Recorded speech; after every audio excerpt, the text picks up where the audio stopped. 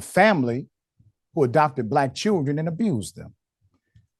The couple enslaved them, and they got new charges. Put it up full mass. Remember these guys. In an update, Donald Ray Lantz and Jeanne K. Whitefeather,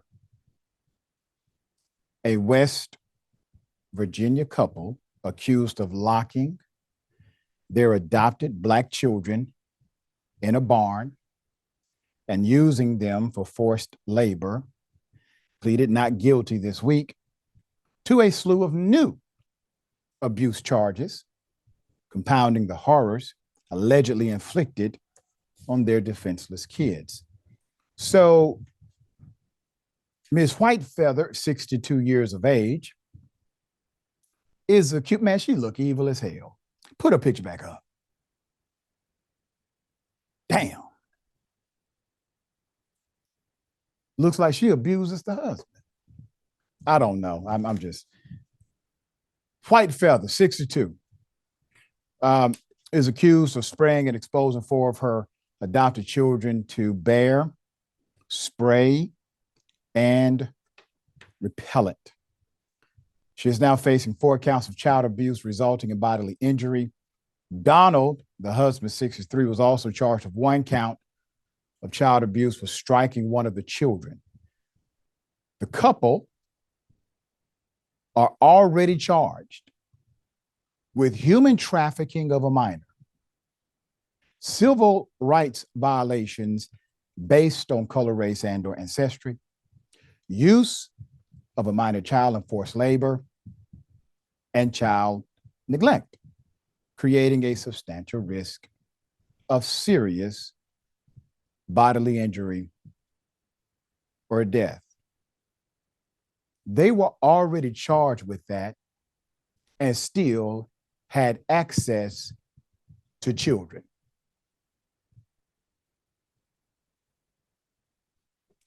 Let me give you the background as to what happened initially. So police were conducting a wellness check. This was at the Cheyenne Lane home, October 2nd, 2023. They were shocked to discover 2 of the couple's 5 adopted children living in deplorable conditions. The children had been padlocked inside a ramshackle storage shed on the back of the property, had no working lights, had no running water. Testifying at their second bond hearing, Whitefeather explained that the barn was a, quote, teenage clubhouse and insisted the children were not actually locked inside. So police reported that a small RV toilet seat, was placed in a barn for the children to use. At the second bond hearing, Whitefeather described the barn as a teenage clubhouse and claimed the children were never locked in, but the neighbors disputed the claim, stating the children were forced to do farm labor. They were not allowed inside the residence, according to the indictment. Now, the children clearly said they were locked inside of the building. The police got to the property based on the original reporting. They had to break in the door. It was clearly locked. And the precedent of not allowing slaves inside of your property that you didn't want inside your home was alive and well with this couple. When the children were rescued, the 16-year-old girl told deputies they had been locked in a barn for about 12 hours, having last eaten at sunrise, according to Deputy H.K. Burdett. The children could not exit and required deputies to force entry. Inside, they encountered a disturbing smell and intense heat due to poor ventilation. According to court papers, both children appeared dirty, feral, reeking of body odor, while one of the children, the male child, had open sores on his bare feet. The children told investigators they were forced to sleep on a bare concrete floor with no mattress and no covers.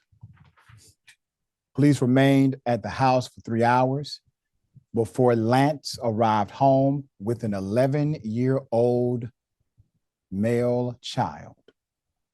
When authorities checked the home for other potential victims, they found the 9-year-old up in the loft. And Lantz was then placed under arrest. This is the initial incident. About an hour later, his wife came and guided deputies to another 6-year-old, a girl, who was visiting with another couple from their church. So Whitefeather and Lantz have been locked up since June, when a judge revoked their initial bond and raised it to $500,000 apiece, more than double the amount they faced in October 2023. They made bail in February and were released to stand trial. The grand jury indicted the couple on more than a dozen new charges last month. December 2nd, the two pleaded not guilty on the superseding indictment charges. It was later discovered, I want you to put this up, later discovered that the couple sold an 80-acre ranch for $725,000. A few days later, Whitefeather's brother, Marcus Hughes, posted 2 bonds for $200,000 to release the couple from the South Central Regional Jail. Another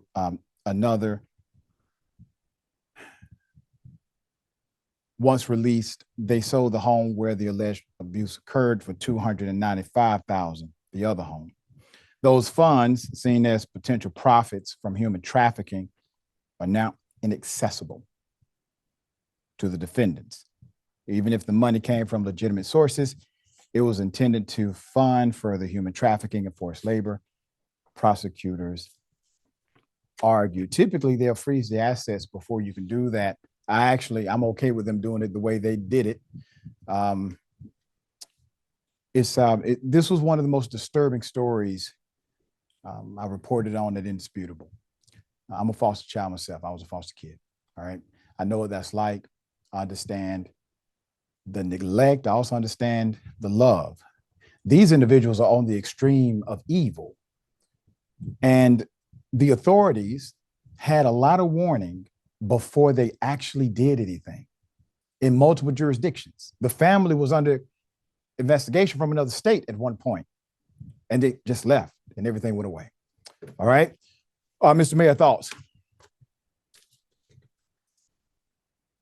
Doc, I was on your show when we covered this the first time, and it was disgusting then, and it's absolutely disgusting now. Hearing these extra details, I don't know how people can't connect. And now this is not to minimize what these children went through, but I don't understand how people can't connect these people's behavior to America's refusal to unconditionally apologize and make Black people whole from the institution of slavery.